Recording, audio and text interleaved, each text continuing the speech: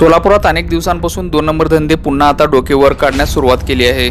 शहरासह जिल्ह्यातील मटका आता खुलेआम सुरू असल्याचे दिसून येत आहे।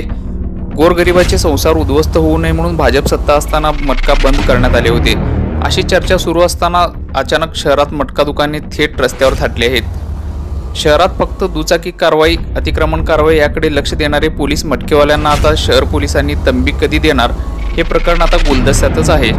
तत्कालीन पोलीस आयुक्त अंकुश शिंदे यांनी शहरात अंकुश ठेवून मटकेवाल्यांना गुंडागिरी, दादागिरी करणाऱ्यांवर MPDA अंतर्गत कारवाई करून तडीपार केले होते। आता नूतन पोलीस आयुक्त M. राजकुमार कारवाई करणार का फक्त बघ्याची भूमिका घेणार हे पाहणे आता गरजेचे आहे।